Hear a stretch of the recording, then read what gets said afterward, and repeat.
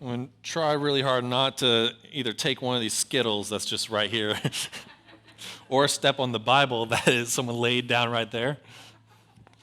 Pastor stepping on a Bible in the middle of a sermon.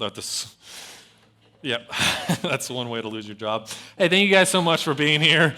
Let's go ahead and say a word of prayer before we dive in. Jesus, I thank you so very much that you allow us to gather here. That as the days and the weeks and the months and years may have been hard, you give us this moment just to remind us of how good you are, how you're still listening, you're still here with us. And I just ask right now as we dive into your word, as we look at you, may it change us. May you open our ears and our eyes to see you more clearly so that we might be more of who you have made us to be. It's in your name I pray. Amen. Now, I believe everyone has some stories that they love telling all the time. I'm talking about those stories that every time you're at a family gathering, everyone's like, hey, tell that story again. Well, I want to tell you one of mine, and I know I've told it up here before, but it's honestly, the last time I checked, it's been about 3 or 4 years since I've done that. So for some of you, this is going to be a brand new story. But the story goes that I was a senior in high school, and during that time, our youth group were always trying to fundraise for different trips and events and things like that. And unlike what we do here at the Bluff, we weren't doing sponsorships or fundraisers or selling donuts on the side of the road. Our youth group was a little bit different. We kind of auctioned off our people. It was a little shady, but that's what we did. And so I remember there was so many times over the years of high school where you just get a notice saying, hey, someone has basically purchased your services, come and do their yard work this weekend. And you're like, okay, well, there go my weekend plans. Well, there was this women's event that came up, and it was a weekend long one, so 2 days, and someone thought, hey, you know what would be a great idea? While all the women are out, let's have a bunch of high school guys watch the kids for 2 days. Terrible decision, right? And I know you're thinking, where were the men and the fathers? And I'm sitting there thinking still, where were they? Because we're lucky that these kids survived. And so I got roped into this with 2 other guys to watch 15 little kids ranging preschool, babies, toddlers, just wild and rambunctious little kids, 15 of them. And honestly, I think we did all right. We only lost 1 kid, but 14 out of 15 is still a passing grade, right? But this was a time that in the beginning, us guys, we were just miserable about. We felt like, man, our arm got twisted behind our back. We got tricked into this. But that all changed very quickly. It changed on the first night, and me and a couple of the kids were going around walking the church property. So this is all happening at our church property. I have them all up in this train of wagons, and we're going around the building. And during that time, our church oftentimes opened up their space for the local high school to do any sort of events, usually for practice for football or soccer. And this night, the local color guard were there. And so if you're familiar with the color guard, they're the ones in a marching band who are always throwing up the flags and the sabers and rifles and things like that. And so the gym was filled up with all these girls just tossing these sabers and rifles in the air, and I'm walking around with the kids, and one kid named Landon, he was about 4 or 5 years old at the time. He looks at me, he's like, Mason, what are they doing? Now, as a snarky, sarcastic teenager, I was immediately like, oh, they're in ninja school. And I was like, oh yeah, and if they drop a rifle or flag, they get their pinky toe chopped off. And I learned that a 4-year-old does not know sarcasm. Because immediately a girl drops her flag and he starts screaming, take her pinky toe, right? So everyone stops and they're looking at us and I'm just laughing. I'm trying to get the kids out of the room, but that changed the entire experience for us. So every time these kids would come up and ask us a question about anything, we would make up the most outlandish stories we possibly could just to pick on these kids. I'm really worried about the things they say nowadays when they're older. But this came back to bite us the next day. The next day, I'm setting up the TV for us to watch some cartoons, and one kid comes up, and he's like, what's that around your neck? And I was wearing a necklace at the time, and this is the last time I've ever worn a necklace. And I was like, it's a necklace. And he's like, no, the thing in your neck. referring to my rather large Adam's apple, the one you can see from space. And before I could tell him it's an Adam's apple, my buddy, who's one of the workers with me, immediately shouts out, "It's a baby bird. Mason swallowed a baby bird." And then he leans over to Landon very slowly and whispers, "And if you squeeze it, it will chirp." Some of you can see where this is going, right? And I knew immediately I was in trouble. You can see the light bulb go off in this little 4-year-old, and you're like, oh man, we are in trouble. Well, nothing happens right away. In fact, hours go by, and we're in like the 12th nap experience. We're trying to get these kids to go sleep, right? And I'm sitting there, and Landon's at my feet. He's playing with Legos, and I'm in this rocking chair, and I've got like this 6-month-old baby in my arms. I'm rocking to sleep. It's a beautiful hallmark moment. We've got some, white noise machines going on. And all of a sudden, Landon jumped. He was like a viper with how quickly he moved, right? He jumps from where he was and grabs my Adam's apple. Not the whole throat, just the Adam's apple. And he begins to squeeze as tight as he can, screaming, "Chirp, chirp, why won't you chirp?"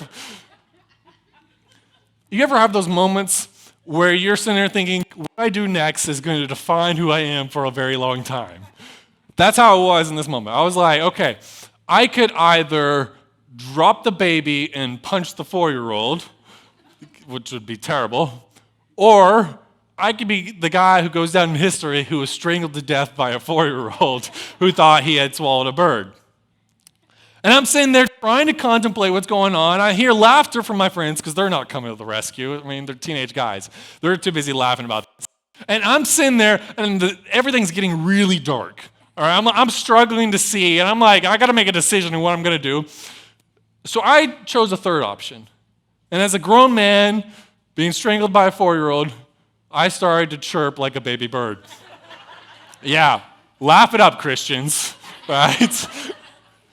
Clearly, the moment did not go the way I wanted. Eventually, Landon does get satisfied with enough chirps and goes off to play with Legos like nothing ever happened, even though I was scarred for life. Right? And there's a reason why I always say the bravest workers in a church are over there right now in VBS and Bluff Kids every week, right?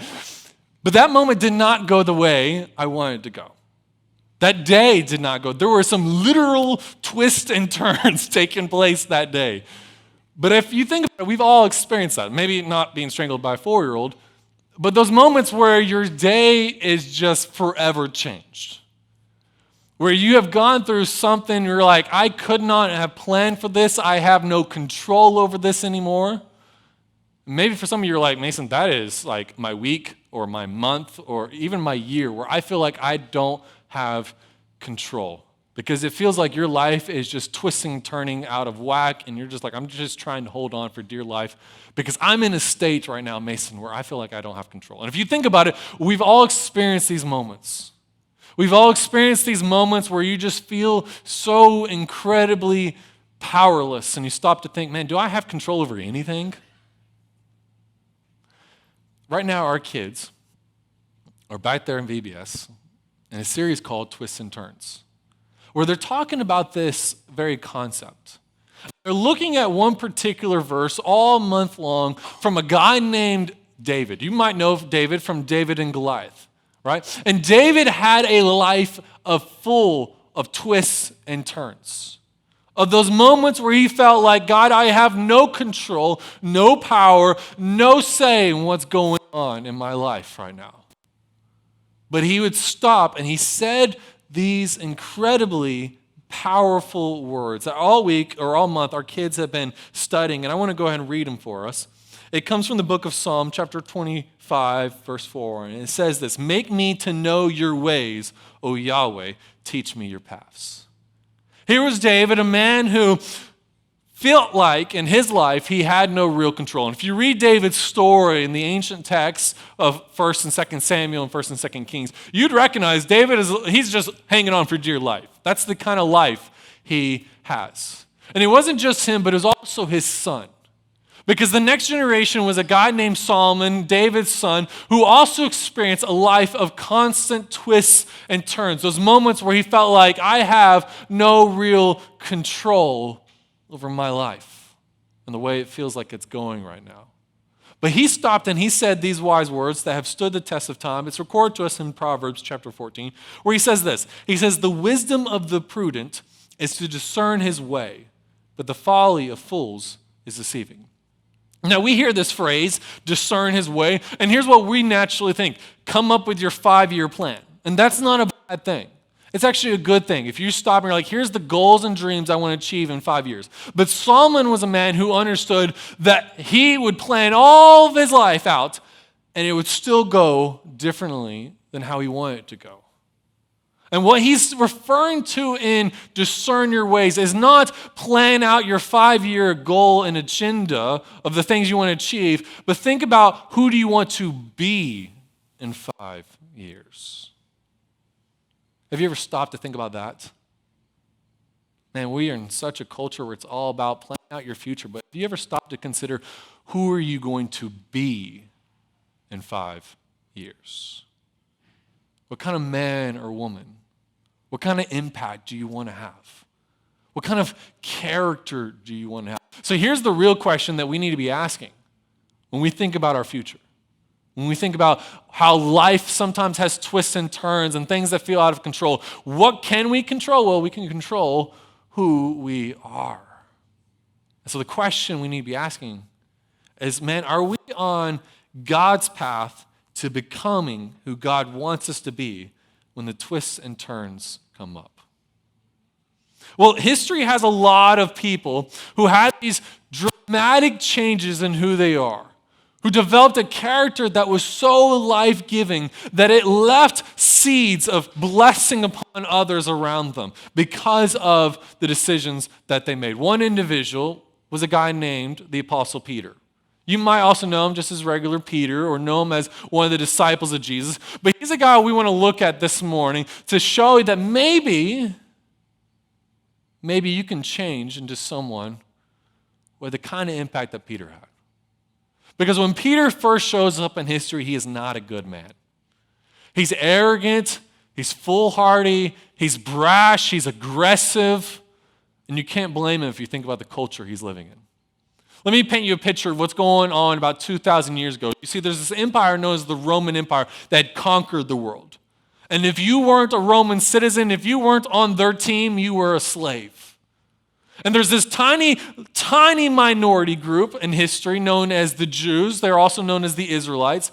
And Peter was one of them, and they were part of the people who was oppressed. The Roman Empire had marched into their land, taken over their homes, and then told them how they should live, what they should do. They made a mess of their sacred sites. They did not care about the Jewish history. They only cared about their power and control.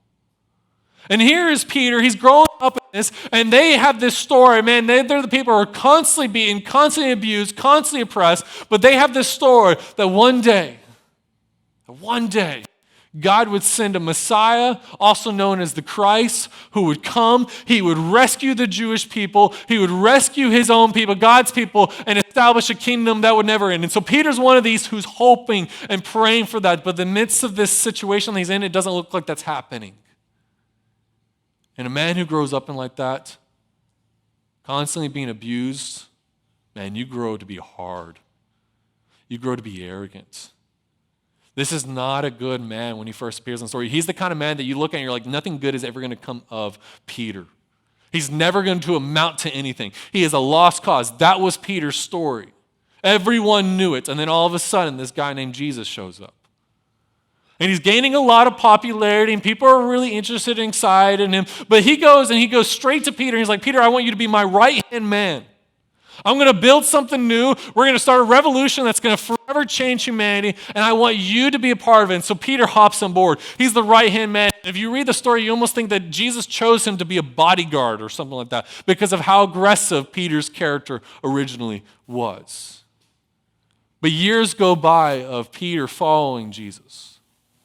He hears every lesson that Jesus has to give. He sees all the miracles. He sees all the cool things that Jesus does. And years go by, and Jesus decides, we're going to take a trip, boys. So him and Peter and 12 other guys, they go to this place to have a conversation that would forever change who Peter is.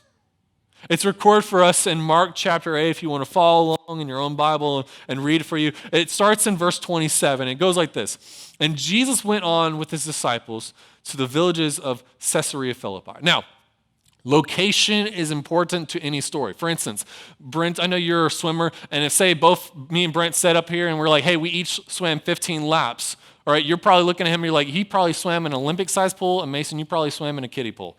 That's, right? So location matters when you tell a story, right? And so here, what is Caesarea Philippi? Because not everywhere that Jesus goes is mentioned by name, but this place is significant because it is the last place on earth that a good Jewish boy like Jesus would ever go to. I mean, it's worse than Samaria in that day and age, and here's why. Because Caesarea Philippi was, first off, it's a scary looking place. In fact, Emily, if you wouldn't mind throwing up a picture of the ruins of what it looks like. So it's got this giant cave, all right, and it's got a spring that comes out, but there's these ruins of temples there, all right, and it was literally called like hell on earth. Like it looked like this was the earth opening up to swallow you. So it's a scary looking place. But built there, you can see a little bit maybe in the picture on the right of the cave is some ruins of two temples that were built at Caesarea Philippi. The first one was a temple dedicated to the Greek god Pan. Now, if you were a follower of Pan, here was the rules of Pan. Here's how you worship Pan. It was that there were no rules. The whole purpose of worshiping Pan is that you lived without responsibility. It was all about make you happy at any means necessary, right? So if you want something, go and take it. If someone has something you want, you have permission to go and take it. That was the culture of the followers of Pan. It was all about chaos. It was all about you want all the sex, money, and power you want, go for it. There are no consequences. That was the worship of Pan. Worship that still goes on today. The second temple was actually to the Roman emperor. The guy went around building temples all for himself, all across his empire. And he built one here. So if you showed up to Caesarea Philippi, you're not there to worship God. You're not there to be a good person. You're going there to either worship yourself, to have everything you want, to have someone tell you, you go be happy, you do whatever you want, no consequences. Or you went there to worship a guy who lived like that and who promised if you followed him, you can have that too. This is not a good place. And Jesus brings his followers here. And let me tell you, this is the kind of place where you're probably, if you're a good Jewish boy and you're following Jesus, you're like, Jesus, I think we took a wrong turn back here. We need to get out of here before anyone sees us in this location, right? They're going to talk. They're going to say bad things. That's kind of what's going on. This is what this kind of place is. But Jesus has brought them here for a reason, to have a conversation with them. And it tells us in verse 27 when we pick up where we left off. It says, on the way, he asked his disciples, who do people say that I am? This is a strange question to ask in this location. You imagine if you're the disciple, you're probably thinking, Jesus, isn't this a question we probably say for in the synagogue, in a place of worship, in a nice, safe place, maybe in a classroom? Jesus, I don't think we should have this conversation here out of all places. But Jesus is asking this question here because he knows the answer to this question will redefine everything that they're seeing right now. That there is no more important question that we can ask and answer than who is Jesus. So here's how they answer. When he asks them, hey, what are people saying about me? Here's what they say. They're like, Jesus, and in verse 28, they says, and they told him, John the Baptist, and others say Elijah, and others one of the prophets. Basically, they're saying, Jesus, you seem like a nice guy. People are saying you're a nice guy. You do nice things. You say nice things. Jesus, we're being characterized as like one of the prophets of old, someone who's kind of crazy, but says a lot of things from God, does a lot of cool things. Basically, they're like, man, you're crazy. You're awesome. Some people think you're a liar. People are really confused on who you are, Jesus. That's what they're saying. And then Jesus follows it up. He's like, okay. And he says this. And he asks them, verse 29, but who do you say that I am? He's not saying, hey, what does your pastor say? What does your best friend? What does your mom and dad say that I am? No, he's like, I want to know you, what you think. You've seen me over the past 3 years. You've walked beside me. You've seen my character. You've seen what I've done. I want to know your opinion. Not someone else's opinion, your opinion. Who do you think Jesus is? And Peter speaks up. And the answer he gives redefines history. It redefines his own life. The trajectory of his life changes upon this moment when Peter speaks up. Peter, the guy who was arrogant, who was mean, who was bashful, who was hot-tempered, had a character that nobody would want to emulate. He speaks up and he says this. Peter answered him, "You are the Christ." Meaning, Jesus, you're the guy we've been waiting for. You're the guy that we believe you're going to defeat our enemies. You're going to usher in a new age. You're going to fulfill God's promises. You're the one who's going to save God's people. Jesus, I believe you're it. That's what he's saying. But he's also saying something so much more, something that we oftentimes forget. Because we're always so big in this culture to say, yeah, sure, Jesus was the Son of God. But in this moment, if he's declaring, Jesus, I believe you have all authority over everything, over the universe, he's also stating who he is in relation of under that authority. When Jesus asked this question and Peter answered, Peter was stating who he will be by what he believed Jesus to be. That's very big. That's something we so oftentimes miss. We say it's so easy to say, yes, Jesus is this, Jesus is that, Jesus did all these things. He's the Son of God, he's the Messiah, right? We're quick to say these things. But to say them and mean them means that we're also stating something about ourselves, of who we are in relation. If we dare to say Jesus is the King of the universe, then we're also stating he has the authority to tell me how I should live. He has the authority to tell me who I should be. That's what we're stating in that moment. That's what Peter stated in this moment. And here's the amazing thing, all right? People die when they say these things.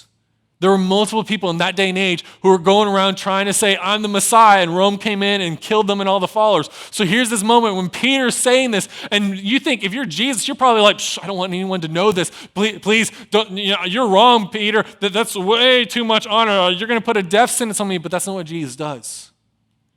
He congratulates Peter. He's like, man, you got it. You understood. And then Jesus says something that is, oh man, it's chilling if you think about the context. Because they are on the doorsteps of two temples where everyone's coming to party to say, man, worship yourself or worship some political individual, worship someone who promises you can have all the sex, money, and power you can want, worship someone who says there's no consequences to your action, there's no responsibility in life. He is on those doorsteps, and then he says what kind of king he is. When they have seen plenty of examples of some terrible kings, they're on the doorsteps of the temple of the Roman emperor, and everyone knows what the Roman emperor is like. And here's where Jesus stops and says, let me tell you what kind of king I am. You've seen all these selfish kings, you've seen all these gratifying kings, you've seen all the kings who do not care for their people. Let me tell you what kind of king I am. And he says this, and man, it's awesome. Verse 31. Jesus began to teach them that the Son of Man, which is a term that Jesus used for himself, it comes out of Daniel chapter 7 of God's promised king, right? So he's like, let me tell you what the Son of Man, the king, the Messiah is going to do. He must suffer many things and be rejected by the elders and the chief priests and the scribes and be killed. And after 3 days, rise again. Right? First off, is it not cool that Jesus predicted his own death and resurrection and then pulled it off? Right? I don't know about you, and you might be like, I don't know about the whole following Jesus thing, but that's cool. All right? No one else can do that. That's what Jesus just did. But think about as well the context of what he's saying. He's like, man, you guys have seen plenty of people who do not care for anyone other than themselves. You've seen plenty of people who are in position of power, who all they're concerned about is more power, more prestige, more of things for themselves. He's like, you've seen all that. He's like, but I'm the King of the universe, and I came to give away all that I have. I came to suffer and die, that he is not a self-gratifying God, he's a self-giving God. This is Jesus, and he's saying that he did not come demanding our loyalty, he sought to show he was worthy of it. He did not come giving false promises, he came to fulfill all God's promises. He came to love in the darkest places of humanity and our hearts so that by his love, the access to you and I, being who God always made us to be, would be available now. No other king can give you that. That's what Jesus is promising in this moment. And Peter, in this moment, when he's stating that he believes that Jesus is this God, and he's defining his own identity based on his belief in the identity of Christ, everything changes for him. Because now he's saying, man, I'm going to live my life reflecting you, Jesus. You've shown us who you are. You are the self-giving God. So I've got to make some changes in my life if I'm going to reflect you upon this world. And things go differently for Peter, but he believed that Jesus was a king worth following, even unto death. Because the story goes that eventually, Jesus gets arrested, he gets killed on the cross. Don't worry, he comes back a few days later, and then he starts his new church, and Peter's put in charge, and things go crazy. You can find it in a journal called the Book of Acts, okay? It's recorded about what happened right after Jesus died. And we see Peter, he's kind of in charge, and Peter's grown a lot. He's no longer this bashful, arrogant, short-tempered man, but rather instead he becomes something so significantly different. His character looks like Jesus that one day he gets arrested because of what he's telling people about Jesus. And here's what his jailers or people who arrested him, what they say about him. It's recorded to us in Acts chapter 4. It says, now when they saw the boldness of Peter and John, meaning this is the people who arrested Peter, when they saw him, here's what they thought, and perceived that they were uneducated common men. They're saying they knew of Peter's reputation long ago. They knew of what his character was like long ago. But here's where they're shocked. They were astonished, seeing that there's something different about this man now from who he used to be. They were astonished, and they recognized that they had been with Jesus. Isn't that last line just so cool? Like, don't you want that like on a tombstone or something like that where people can point to you and be like, man, I can recognize that you had been with Jesus. The transformation in Peter was so powerful. His character was completely different because of that singular moment when he decided, Jesus, here's who I believe you to be. Here's what I know you're going to do. Here's your character. You've asked me to reflect you upon this world. I'm going to follow you. Everything was different for him. And not just for him. This had a compound effect. It changed communities around them when these Jesus followers sought to have a character like Jesus. So even when times were tough, you read the book of Acts, and it was not easy for them. They often faced persecution. But even in that moment, Peter, who's all of a sudden put in charge of this, and remember, this is a guy who you would not want in charge of anything. He's in charge of this new movement that Jesus has entrusted to him. When his people are being persecuted, here's what we see happens of them based on the character from an experience of time with Jesus. Here's what we see happens. And recorded us in chapter 8 of the book of Acts. It says, now those who were scattered went about preaching the word. Meaning that even when they faced hard times, their character still reflected Jesus, and they still were like, man, I've got to tell you about my Jesus and the change he has made in who I am. That was true of Peter, and the question is, could that be true of us? Because God still works through people who seek to have a character that looks like they have spent time with Jesus. That seeks to say, man, Jesus was a self-giving God, so my selfish ways does not line up with this self-giving God anymore. But if I live a life that's still all about sex, money, and power and pursuing these things rather than giving of myself away to others, man, that doesn't line up with if I worship this Jesus. Man, we've got to make a change here. That's what happened with Peter. And God still works through people like that. Which brings us to the big idea this morning that we can walk away, that can really, I really want it to sink in for us. Is that you and I, we can't control the twists and turns in life. We can't. But you can control who you will be by who you follow. You know as well as I do that you're not always in control of the twists and turns in life. That moments come up that you just feel powerless. They come for all of us. You can't control when they come or if they come. They will come. But here's what you can control in life. It's who you will be in that moment. And that is built upon time of who you have been following. Because we're all going to have these moments. They could be something as small as maybe a disagreement with your spouse, maybe an argument with your teenager, maybe that moment when your toddler keeps waking up before 5 a.m., right? You're going to have these tiny little twists and turn moments of your day. But we also have these big ones that come up in life. Moments that redefine who we are. Moments like when you get that terrible diagnosis from a doctor or a terrible report from them. Moments when you've discovered an affair or a betrayal by someone you thought you could trust. Moments when you've lost your job, the job that you've spent years working towards, and it's just gone. Or those moments when you thought here was someone you thought you could trust, and they did something evil to someone you love. Man, life is full of twists and turns. We can't always prevent them from coming. But we can control who we will be in that moment based on who we've been following. So the question is, who you've been following? Has it been yourself?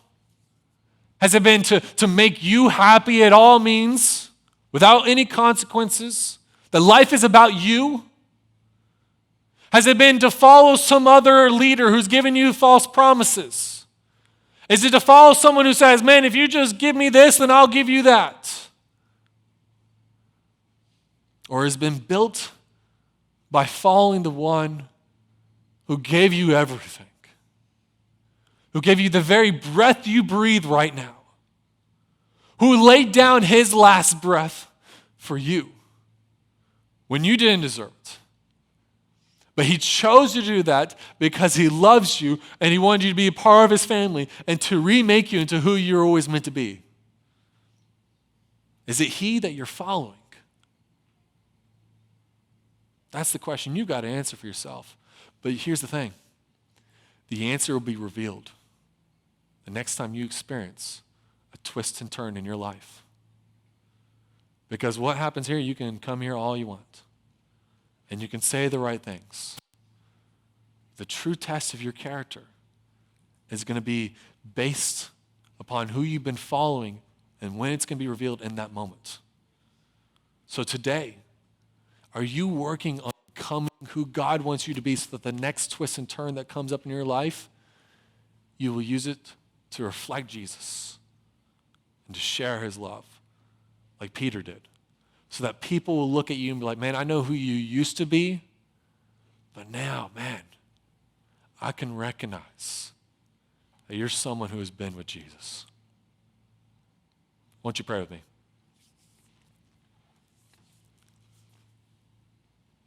Man, Jesus, you are so good